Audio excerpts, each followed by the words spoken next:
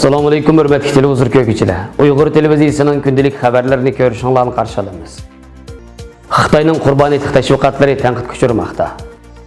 Lager qamalgan Uyghur balalarının içiniş ahvallari oshkorlanmoqda. Xitayning mahsulotlari Amerika davlat organlarida ishlatilishi ma'ni qilindi. Qirg'izistonning sobiq prezidentining qonunga xilof qilinganligi bildirildi. İran Uyghur maktabida o'qish bitirish marosimi. Tövəndə diqqətlə xəbərlərimizdən təfsili məzmunları bo'lsin. Tağrıtaq doğru xəbərdə qurbaniylik təməliş və onundakı etibar beriş siyasətlərə aid xəbərlərinin köpləb elan qılınışı diqqət qozğamaqda. 8 avqust günü Tağrıtaq doğru Xitay səhifəsində bir qancha parça xəbər taqtıb, qurbaniylik təməliş məzgildə bütün kiçik tipdəki avtomobillardan yuqori sürətlik taş yol haqqının bekar qılındığanlığı, hər millət xalqının heytini xoşal-xoram kütüb eliş üçün yol bexəterligiga kapolatlik qılındığanlığı, qurbaniyatni nega berib o'ynaysiz mavzusida maqola e'lon qilib, bir qism sayohat o'rinlarini tashviq qilish bilan birga kishilarning hayajon ilkida sayohatga tayyorlanayotganligini ilgari surgan. Xitoy hukumatining Sharq Turkistonda oz deganda 3 milliondan ortiq kishini lagerlarga so'laganligi, Uyg'ur, Qozoq qatorliq musulmon xalqlarning milliy va diniy kimligiga qattiq zarb berayotganligi, har bir oilada oz deganda 1 yoki 2 kishi lagerga qamalgan, Uyg'urlarning eng oddiy diniy faoliyatlari jinoyat qatorida bir taraf qilinayotgan. Masjid, o'ltiraq mahallalar, maktab, ommaviy so'rinlar, ko'cha qatorliq o'rinlarni qatma-qat kuzatish kameralari bilan kuzatilayotgan bir sharoitda hech qanday bir Uyg'urning xo'shal-xoram hid o'tkazolmaydiganligi, hatto xotirjamolda hid namoziga borolmaydiganligi navbatda xalqaro jamiyatning kuchli tanqidiga uchrayotgan bir paytda e'lon qilingan bu tashviqotlar kuzatuvchilarning diqqatini tortgan bo'lib, Xitoy hukumatining saxt kayfiyat paydo qilib, xalqaroning ko'zini davomli bo'ymoqchi bo'layotganligi bildirildi.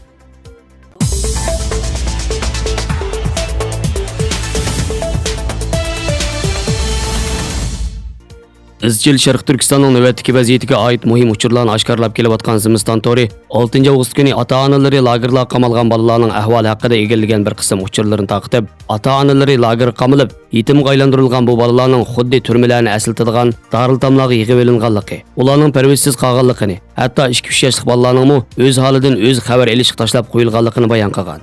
Sharq Turkistondagi ma'lum bir boshlang'ich maktabning Xitoy o'qituvchisi Zimiston to'rga o'zining bu vaqtdagi tuyg'ularini oshkorlab, o'zining 11-oydagi to'ng qishda 8 yoshli bir Uyg'ur bolasining nefis chapon bilan talada to'nglab turganligini ko'rganligi. O balaning ota-onasining 2017 martda lagerga qamalgandan beri hech qanday izdirik bo'lmaganligini, bu balaning yana bir qancha kishi qarindoshlari bilan birlikda 70 dan halqagan, hech qanday kirim manbasi bo'lmagan qeyri mo'misa qarashliq bo'lib qolganligini, o'zining bu balaning ahvolini ko'rib bakmi azoblanganligini, Uyg'ur bolalarining ota-onalarining mehr muhabbatidan mahrum qilinganligini aytgan. Zimiston to'ri yana Sharq Turkistondagi bir qism Xitoy o'rta maktab o'quvchilari bilan so'zlashgan bo'lib, ular o'zlari bilan saboqdosh o'qiydigan Uyg'ur bolalarning oila tavobatlarining asosan degudek lagerda ekanligi, bolalarning sinfda davomli Xitoy saboqdoshlari tomonidan kuzatilganligi va saboqdoshlarining nazarida yoshirin terrorchi deb qaralganligini bildirgan. Xitoy hukumati tomonidan tirik yetimga aylantirilgan Uyg'ur bolalarning vaziyati va ularning kelajagi Uyg'ur vaziyatini yaqindan kuzatayotgan tadqiqotchilar va shundaqla keng Uyg'ur jamoatini kuchli andishiga solmoqda.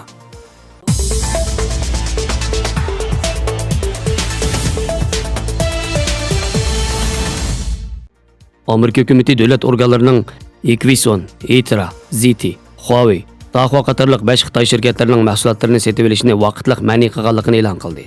Reuters agentligining xabariga asoslanganda, Amerikaning mazkur Xitoy shirkatlariga yo'l qo'ygan embargo doirasidagi yangi cheklamasi Donald Trump hukumatining oldingi yildan buyon Xitoy shirkatlariga qaratgan besimlarning yangi bir bosqichini shakllantirdi ekan. Donald Trump hukumati bu cheklama doirasida Huawei qatorliq Xitoyning texnik shirkatlaridan Etic, Huawei Dahua ishlab chiqargan mahsulotlarni har qaysi Amerika idora organlarining sotib olishi va ishlatishini vaqtliq ma'ni qildi.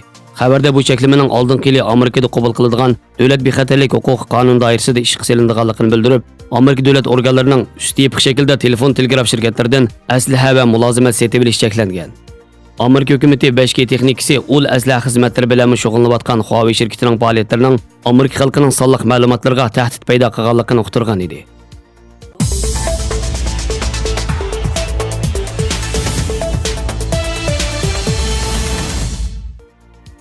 Qirg'iziston prezidenti So'rinboy Jeenbekov sobiq prezident Almazbek Atambayevning davlat asosiy qonuniga va boshqa qonunlarga xiloflik qilganligini aytdi. Qirg'iziston prezidentligi axborot ishxonasidan e'lon qilingan bayonotda So'rinboy Jeenbekovning riyosatchiligida xavfsizlik kengashi o'tkazilib, Almazbek Atambayevning qonunga binoan tekshirish olib berish tadbirlariga qattiq qarshi chiqib, Qirg'iziston Jumhuriyati davlat asosiy qonuniga va boshqa qonunlarga xiloflik qilganligini, Qirg'izistonning bir qonun davlati ekanligini va davlatning vazifasining barliq fuqarolarning qonunga rioya qildirish va qonunni ijro qilish ekanligini ta'kidladi.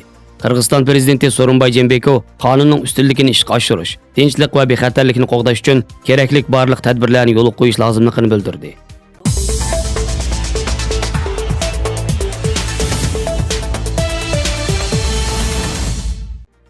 Hira Uyg'ur boshlang'ich maktabining o'qish bitirish munosabati bilan 8 avgust kuni Safakuyda ota-onalar suhbat yig'ini ochildi. Yig'in boshlanishdan burun maktab maydonida istiqlol marshi qo'yilib, bolalar va ota-onalar birlikda hurmat turgandan keyin maktab zalida Qur'oni Karim tilovati bilan yig'inni boshladi. Yig'inning boshlanishi bilan Hira Uyg'ur boshlang'ich maktabining mudiri Tursunjon To'xtabandi so'z qilib, ota-onalarning bolalar uchun o'zini beg'ishlashini, ular uchun fidokorlik qilish kerakligini va Hira boshlang'ich maktabining ota-onalarning umidini yerda qo'ymaydiganligini aytdi. Ondan Hira Madaniyat va Ma'arif vaqfining qurg'uvchisi Luqmanjon Hiroyi apandi so'z qilib, ma'rifni ziyonliq ma'rif, foydali ma'rif deb ikkiga bo'lib, bolalarning ona tilini unutib qolmasligini, uning eng chong ziyonliq ma'rif ekanligini aytdi. Va Hira maktabini bu nuqtaga akilishning oson bo'lmaganligini, ham boshqa bir millat bo'lgan bo'lsa, hargizmi bunda qilolmaydiganligini aytib, Uyg'ur millatining naqadar bilim so'yar bir millat ekanligini yana bir qatim aks ettirdi. Buning bilan bir vaqtda yig'inga tashrif qilgan jamoat arbobi Abduqodir Yapchan apandi, Nizomiddin Tamkini, Abla Qarim, Abdurahmon Jamol Qashqari, Doktor Burhan Siti qatorliq ustozlarning qimmatli taklif fikrlari o'tirib qo'yildi va ustozlarning o'moq farzandlarimizga yetlik sovg'atlarini taqdim berishi bilan yig'in intayin jo'shqin bir kayfiyatda oxirlashdi. Xabarlarimizni ko'rganingizga rahmat. Ko'rishguncha omon bo'linglar. Xayr xo'sh. Allohga omonat.